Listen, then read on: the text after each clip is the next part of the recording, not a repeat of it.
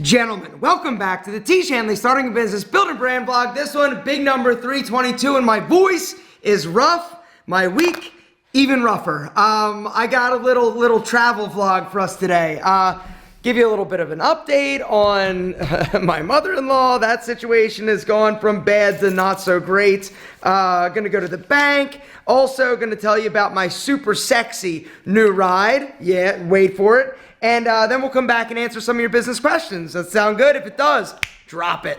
All right, so let's see, where do I even start? My mother-in-law. You guys that have been following this vlog know that my wife and I care for my mother-in-law. She's at a facility. We ended up moving her about 3 weeks ago to a new facility that had memory care. My wife's mother has dementia, and it's one of the most horrible things to watch.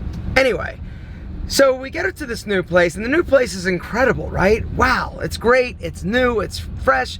There's like this activities director named Penny who's amazing. The people that are there in her like little area are super sweet. It's been great. What has not been great, however, is that she has been falling.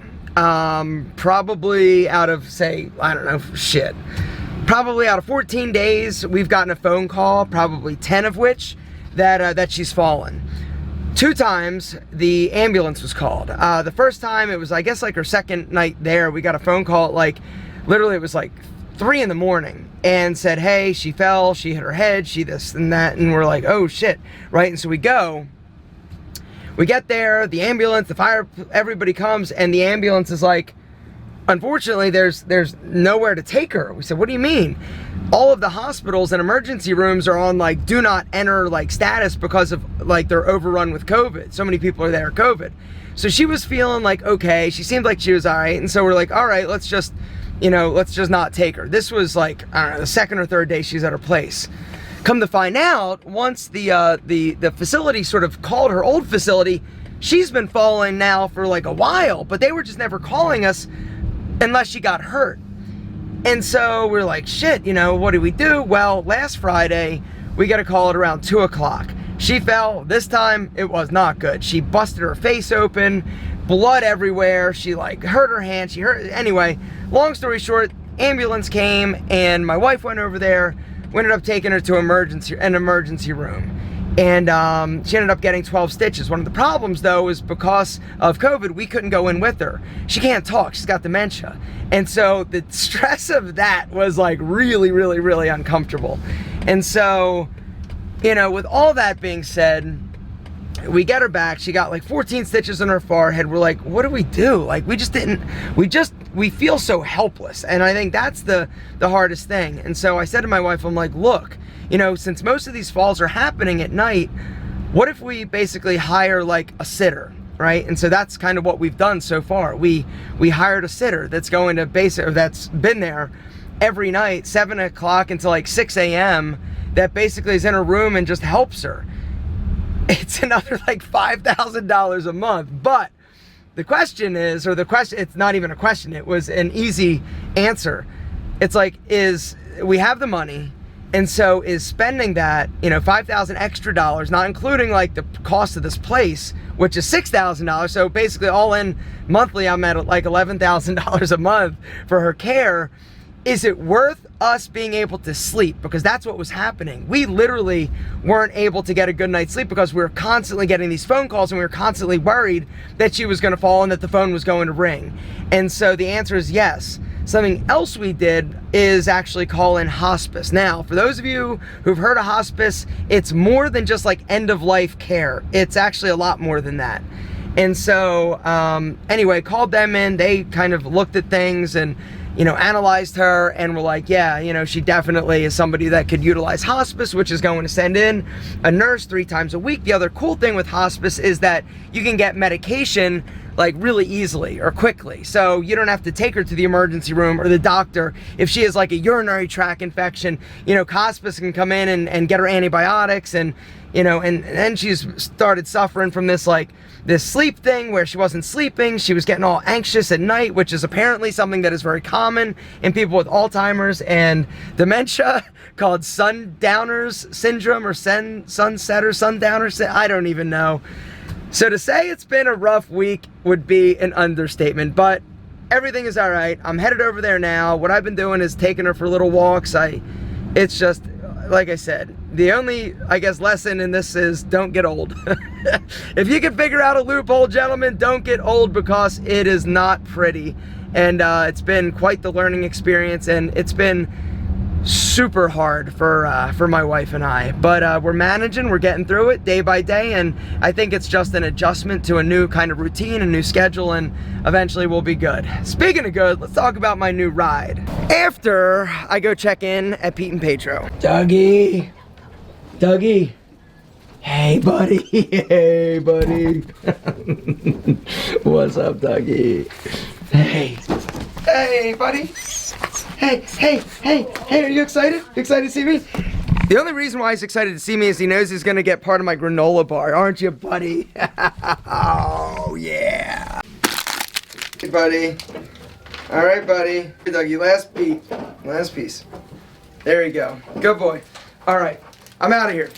Guys, later. See you tomorrow. All right, see ya. I ordered a new car for my wife. and ooh mama, it is sporty, it is sexy, it is definitely a great car. And it's super alpha. It is a Subaru Outback Wilderness Edition. All right, so the story goes like this. My wife's lease was up, and or it's up in like a month. And so I'm like, well, what do you want to get? What do you want to get? And she's like, well, I don't know. And so we went and test drove a bunch of different cars, actually a few cars. And the car that she really loves, she loves her car. She loves her Range Rover, right? And I'm like, this thing's a piece of shit, kinda. I said, I don't want to get another one. And so anyway, long story short, we're getting another Range Rover. The problem is that with ordering it, we're literally not gonna get it for about a year. And so I'm like, damn, another year. And they're like, well, you can extend the lease for a year if you want to, if you've got a car on order. And so I'm like, I don't want to extend this damn thing. I'm like, and I start doing the math. I'm like, well, that would be like, you know, if I extended it for another year, it'd be like, you know, like $14,000 maybe. Not maybe, it'd be about $15,000 if I extended the lease. And I'm like, I could put that $15,000 towards a car, because my mom and my stepdad kind of need a better car. Their cars are not reliable. I gave them that old like Infiniti G35, my old car, and that thing is having like some issues now. It's a great car, but it's almost like an antique. It's like almost like 20 years old. And they can't really travel, they can't really go anywhere because they don't have a reliable car. And so I thought, what if I did this? What if I took the money I was gonna spend on a lease, bought something, we drove it, my wife drives it for the next year, whenever this new car, you know, it takes to get it. And then we basically give it to my stepdad and my mom to have a reliable car. And so that is what we're doing. We are getting, or I ordered a Subaru. It's awesome. And it's funny because as soon as I told some people, I'm like, yeah, I ordered a Subaru. The thing's incredible, right? I started getting all these like emails with that like video from that guy Trevor, the comedian, who did a video about like guys who own Subarus, and it's really funny. And so the one thing that I just crack up is we're not driving slow, we're just super high. Anyway, long story short, the car is ordered. It's gonna take another month to get here, and when it does, we're gonna drive it for about, you know, a year. I'm gonna turn hers in. I've got positive equity, and yeah, we're gonna rock and roll with the Subaru, the Roo, for about a year. And I am actually super excited. I think what's gonna happen is I'm gonna give my wife this car and I will drive the Subaru, because I'm actually kind of excited about it. And I don't know, I think it's awesome. And anyway, that's what's happening with my new ride. Now, I'm gonna go see my mother-in-law, go to the bank, go home, get some food, go back to the office, and then it's all about you and your amazing business questions. By the way, if you've got one, down below, start it with business question, ask your question. Every week, we try to get to at least a few of them. Next week, we have our quarterly meeting. I am not traveling. I'm gonna do it remote because I'm just not dealing with traveling. I don't want to catch Rona at this point because of my mother-in-law is a very dicey situation, and I don't trust not getting it going there. Here, I know I can hibernate. Anyway, your business questions in a second. All right, gentlemen, so we're back, and you want to know one of my guilty pleasures on Netflix currently? I don't know why I just thought of this. Well, actually, I do, because I'm thinking, I'm like, oh, tonight I'm going to watch another few episodes. It's Cheer, the Netflix docu-series like Cheer, where it takes like, do you guys know what I'm talking about? It's these cheerleaders, right, in college, and I think it's like Navarro, like college. It's like a community college. Anyway, I don't know why I love that show so much. Anyway, season 2 just came out last night. I was super into it. Another documentary. If you guys are into documentaries, or you like music.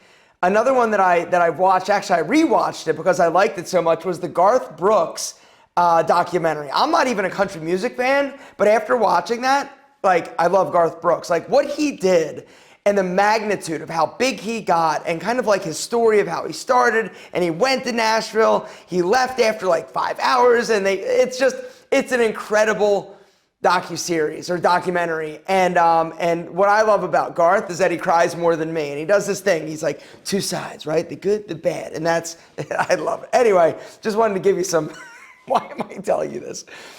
Anyway, the first question actually is one about watches that I just want to address real quick, because last week you guys definitely dug the watch talk. He says, real life indie. He says, I noticed you said root beer is two-tone, but the one on the app was solid all rose gold, and just was curious if there was an error or I'm seeing things wrong. So my watch is the Rolex solid gold GMT Master 2, and it is known as the root beer because of the two-tone black and gold, or black and brown dial or bezel. And there's another one though, there's another root beer that is two-tone. That's steel and the rose gold, which is also another crazy, amazing, beautiful watch. But they are both the root beer. So just didn't want to leave you watch hanging, because I love watches, and apparently you guys do as well. All right. So the first business question is from our friend Kevin Pardes. Parties? Sorry for butchering that. That shouldn't seem so hard. You told us that you are learning UX design for your website in one of your videos. How would your learning this help out, since you already have a team for it? So I think what you're mentioning is I have taken a few courses over on Skillshare about UX design. And really it's just me trying to familiarize myself a little bit more, so that I've got more just knowledge about sort of, the user experience of websites. And so, yes, I do have developers that handle that stuff, but I feel like the user experience with your website, especially in an online business, is such a critical component. And if the UX or the user experience is like crappy, it is definitely going to affect your click-through rate, your conversion rate. And so, Tiege Hanley is a perfect example. We are always trying to figure out ways to improve the website, ways to improve sort of the design to make it more user-friendly, and just to make it a more seamless kind of flow. And so it was just simply for me to get more information. But, that's a great question, and I really appreciate it. You also have another question, and this one's totally going to disappoint you. My answer, he says, Alpha M, how do you organize all of your new ideas for your companies? Do you use Notion or Apple Notes, or just have a different system for these? I send myself emails. That's it. Like when I'm running, when I'm thinking about something, I basically will stop. I'll open up Gmail, send myself an email, and go. And then when I have the moment or the time, I will send it to, I will send that idea either to myself and I execute it, or I send it to the appropriate situation or person in order to help me execute. But in terms of like some like great like book or strategy, I don't have it. But the next business question is awesome. It's from our friend Giuseppe Colucci. I should be better with this. It sounds Italian. What's up, brother? He says, how do you assess risk/reward when thinking of starting a business, not going broke or not losing a lot of money? So in terms of risk assessment, one of the things that I decided when I filed bankruptcy was that I was never going to be overextended. And if I'm going to be doing something from a business perspective, I've got to have enough money in order to basically start it and try it and see if it works. And so as I've kind of, developed other businesses and things have kind of changed a little bit, it's still sort of one of those things where you never know, right? You've got to risk it a little bit to some degree, but what I am willing to risk now, I always, if I'm going to try something, it's got to be something that if I try it, I've got to be comfortable losing it. It's kind of like investing. Don't invest anything if you aren't able to endure the loss. And so for me, it's all about just, hey, do I think this could be a great opportunity? Do I think I could is it? And the other thing you got to think about, or at least I do now, it's not just about money, it's about time. And one of the reasons why I've kind of tried to like chill on new ventures or new businesses or new ideas is because of the bandwidth that it takes me in order to execute it or do it or think about it. More than the money at this point, it's about how much time is it going to take for me? And am I that excited about something? And do I really think that it's going to move the needle enough in order for me to make it worth my time and energy? Enemy sunglasses is one of these things where I'm currently trying to figure out, right? I've talked about my struggles with the business. It's not easy. We're revamping the website. I've got to figure out that paid traffic, because for me to continue to do it and operate it and run it, I've got to make it worth my while. And right now, honestly, it's not really worth the time or energy that I'm having to put into it. And so it's one of those situations where I'm kind of giving it this year, right? 2022 is my year to figure out enemy. I'm doing a new website. I've got some new ads that I'm interested in testing or trying, new messaging. I've got to figure it out, because if I don't, at the end of the year, even if I make an extra, few $100,000. Now, I know that you're like, what? Right? I know, and I understand. But it's opportunity cost, right? You always hear it on Shark Tank. People be like, okay, well, what's it worth, right? Even if it makes, call it $200,000 extra. If it requires me to put in a lot of time and energy in order to generate that revenue, it's just not worth it, because my other businesses generate a lot more than that. And so I could use that time or energy or bandwidth or money for inventory somewhere else and deploy it in other assets or businesses that are going to give me a better return on my time and money. And so in terms of assessing risk, at this point, it's really got to be something that I'm excited about and really excited about, and think that the time and energy that I put in is going to greatly outweigh the effort that I'm having to, put in, and the time and the money that I'm having to deploy. But for me, I'm not going to try anything at this point that is so risky or so expensive that if it went away, I couldn't endure it. And so I don't know if that answers your question, but hopefully it gives you a little insight into sort of where my head is in terms of businesses these days. So the next business question is one that I love. And the reason why I love it so much is that because you are a service-based business, seeing what happened to most service-based businesses when the pandemic happened, thinking about other auxiliary sort of income streams in order to how to leverage your talent or whatever you're doing in order to generate passive income is something that I feel like almost every service-based business needs to do or should do in order to potentially avoid a situation like that just happened. Our question is from our friend Stephen Blair. He says, my business is providing entertainment at live events. I'm not sure what you're doing. And so if you could actually this week copy and paste or expand on the question, because if you could tell me what you're doing, maybe that would get me or help me understand or think about it a little bit different. But I don't know whether or not you're juggling. I don't know whether or not you're a DJ. I don't know if you're AV. I don't know what you're doing. He says, anyway, my business is providing entertainment at live events. How would you make other sources of income and find what works? I have a target market, however, when COVID hit, that was gone. Like a lot of service businesses, absolutely same situation as you. And that's one of the scariest things, right?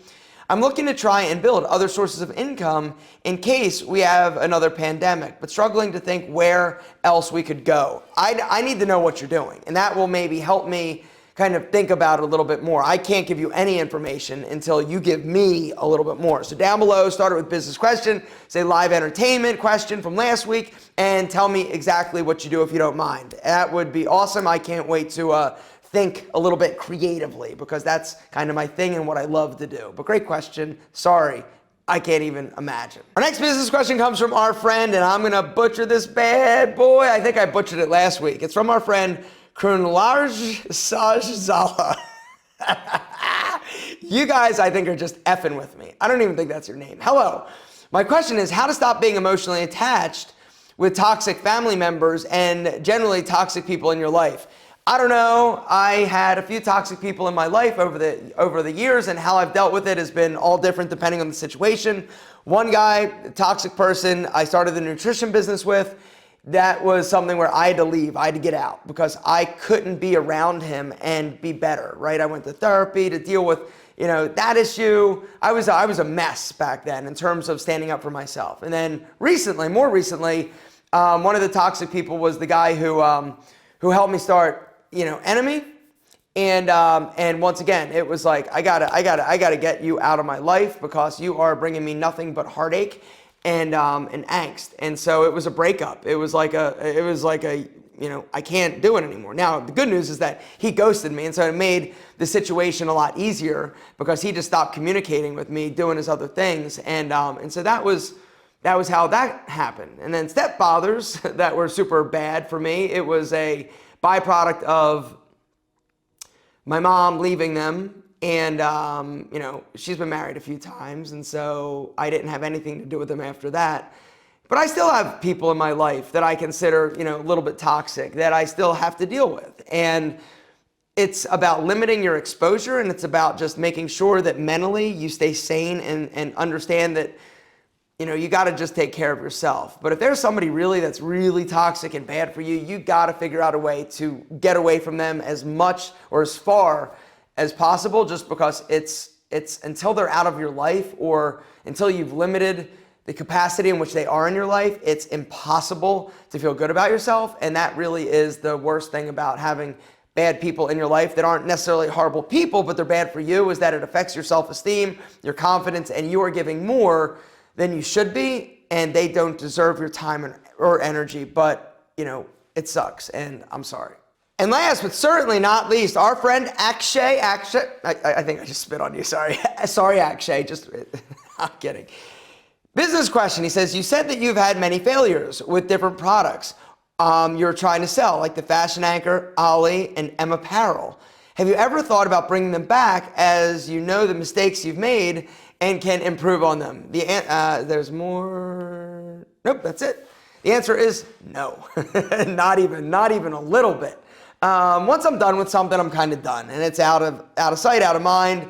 And usually I have like post-traumatic stress syndrome from the failures. It's like, no. Even though I know like how to do it a little bit better or what I would do differently, the juice isn't worth the squeeze, as they say, and I'm moving on to bigger, better, and hopefully more profitable and lucrative things. Gentlemen, that's where I'm going to wrap things up. If you have a business question, down below, start it with business question and ask it. And our boy that has the service-based business, also I want to know, because I can't wait to think about it and possibly help you brainstorm a little bit. You've probably thought of everything I will, but it doesn't matter. It's still a great conversation. Guys, as always, we love you more than our double monk strap shoes. Next week, like I said, is our Tiege Hanley quarterly meeting. So I'll be giving you an update on everything.